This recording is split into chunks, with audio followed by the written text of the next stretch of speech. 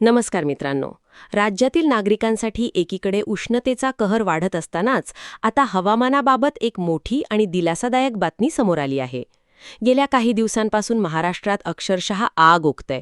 अनेक जिल्ह्यांमध्ये तापमान 43 ते 44 अंश सेल्सिअसपर्यंत पोहोचलं आहे. दुपारच्या वेळी घराबाहेर पडणं कठीण झालंय. विदर्भ, मराठवाडा आणि मध्य महाराष्ट्रातील नागरिक उकाड्याने त्रस्त झालेले आहेत. अकोला, नागपूर, चंद्रपूर, जळगाव, परभणी अशा अनेक ठिकाणी प्रचंड उष्णतेची नोंद झाली आहे. पण या सर्व परिस्थितीत आता मान्सूनबाबत एक आनंदाची आणि आशादायक अपडेट समोर आली आहे. मित्रांनो, बंगालच्या उपसागरामध्ये तयार झालेल्या कमी दाबाच्या क्षेत्रामुळे यंदाचा नैऋत्य मान्सून अंदमान निकोबार बेटांमध्ये नेहमीपेक्षा आधी दाखल होण्याची शक्यता व्यक्त करण्यात आली आहे.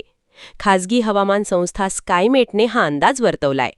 याआधी अंदमानात मान्सून 14 ते 22 मे दरम्यान पोहोचेल असा अंदाज होता. मात्र आता परिस्थिती वेगाने बदलताना दिसत आहे. हवामानातील अनुकूल घडामोडींमुळे मान्सून 14 मेच्या आधीच अंदमानात दाखल होऊ शकतो अशी शक्यता निर्माण झालीय. यामुळे महाराष्ट्रासाठी देखील मोठा सकारात्मक संकेत मिळत आहे. कारण अंदमानात मान्सून लवकर पोहोचला तर केरळ आणि त्यानंतर महाराष्ट्रातही त्याचे आगमन वेळेआधी होण्याची शक्यता वाढते. त्यामुळे उष्णतेने होरपळणाऱ्या नागरिकांना लवकरच काहीसा दिलासा मिळू शकतो. सध्या राज्यातील परिस्थिती पाहिली तर अनेक शहरांमध्ये सकाळपासूनच कडक ऊन जाणवतंय. दुपारी रस्त्यांवर शुकशुकाट दिसतोय. लोकांना घराबाहेर पडताना काळजी घ्यावी लागत आहे. उष्माघाताच्या घटनांमध्ये वाढ होण्याची शक्यता असल्याने आरोग्य विभागानेही सतर्कतेचा इशारा दिला आहे. डॉक्टर नागरिकांना भरपूर पाणी पिण्याचा, डोक्यावर टोपी किंवा कापड वापरण्याचा आणि दुपारच्या वेळेत बाहेर न पडण्याचा सल्ला देत आहेत. दरम्यान, हवामान विभागाच्या माहितीनुसार पुढील काही दिवसांमध्ये राज्यातील काही भागांमध्ये अवकाळी पावसाची शक्यता देखील आहे. विशेषतः मराठवाडा आणि विदर्भातील काही जिल्ह्यांमध्ये ढगाळ वातावरण, विजांचा कडकडाट आणि हलक्या ते मध्यम स्वरूपाच्या पावसाचा अंदाज व्यक्त करण्यात आला आहे. त्यामुळे उष्णतेपासून तात्पुरता दिलासा मिळू शकतो. मात्र काही ठिकाणी वादळी वाऱ्यामुळे शेती पिकांचं नुकसान होण्याची शक्यता असल्याने शेतकऱ्यांना सतर्क राहण्याचं आवाहन करण्यात आलं आहे. मित्रांनो, यंदा मान्सूनबाबत सुरुवातीपासूनच सकारात्मक संकेत मिळत आहेत.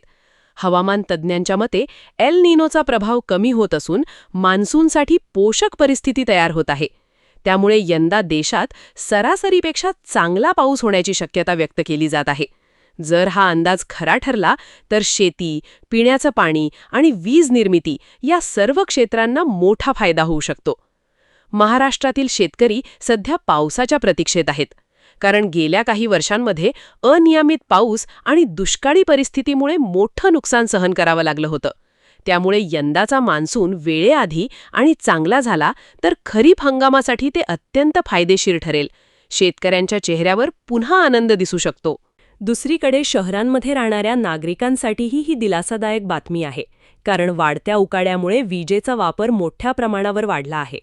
एसी, कूलर आणि पंखे सतत सुरू असल्याने अनेक भागांमध्ये विजेचा ताण वाढलेला दिसत आहे. काही ठिकाणी लोड शेडिंगच्या तक्रारीही समोर येत आहेत. त्यामुळे लवकर मान्सून आल्यास वातावरण थंड होऊन विजेचा ताण कमी होण्यास मदत होईल.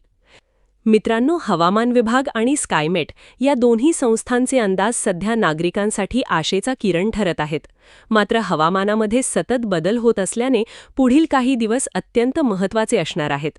बंगालच्या उपसागरातील कमी दाबाचं क्षेत्र किती वेगाने पुढे सरकतं आणि मान्सूनची वाटचाल कशी होते याकडे आता सर्वांचं लक्ष लागलेलं आहे. तर एकीकडे उष्णतेचा कहर आणि दुसरीकडे लवकर येणाऱ्या मान्सूनची चाहूल, अशा दुहेरी परिस्थितीत महाराष्ट्रातील नागरिकांना आता फक्त पावसाची प्रतीक्षा लागली आहे.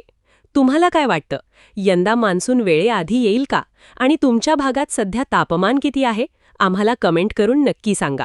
व्हिडिओ आवडला असेल तर लाईक करा, शेअर करा आणि अशाच ताज्या हवामान अपडेटसाठी चॅनलला सबस्क्राईब करायला विसरू नका. धन्यवाद.